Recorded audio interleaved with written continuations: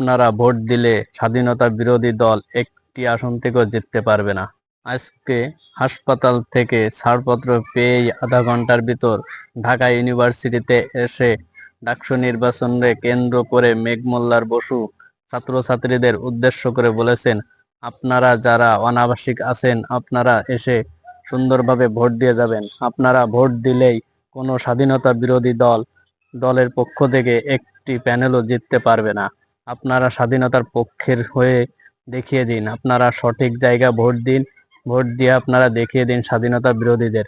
আপনারা যদি ভোট প্রদান করেন তাহলে স্বাধীনতার পক্ষের লোকরাই জয়লাভ করবে এবং স্বাধীনতা বিরোধী যারা আছে তারা একটি আসনও পাবে না, একটি সদস্য জিততে পারবে না। দর্শক, মেঘমোল্লার বসুর এই দাবি কি ঠিক হবে? সবাই যদি ঠিক মতো ভোট দেয় তাহলে কি স্বাধীনতা বিরোধী যারা আছে তারা নাকি একটি সিটও পাবে না? এখানে তিনি কাদেরকে বুঝিয়েছেন কমেন্ট করে জানাবেন। স্বাধীনতা বিরোধী দল বলতে সে কাদেরকে উদ্দেশ্যে বলেছে কমেন্ট করে জানাবেন এবং ভিডিওটি বেশি বেশি করে শেয়ার করবেন। আমার ফেসবুক পেজটি ফলো দিবেন এবং ইউটিউব চ্যানেলটি সাবস্ক্রাইব করবেন। ধন্যবাদ।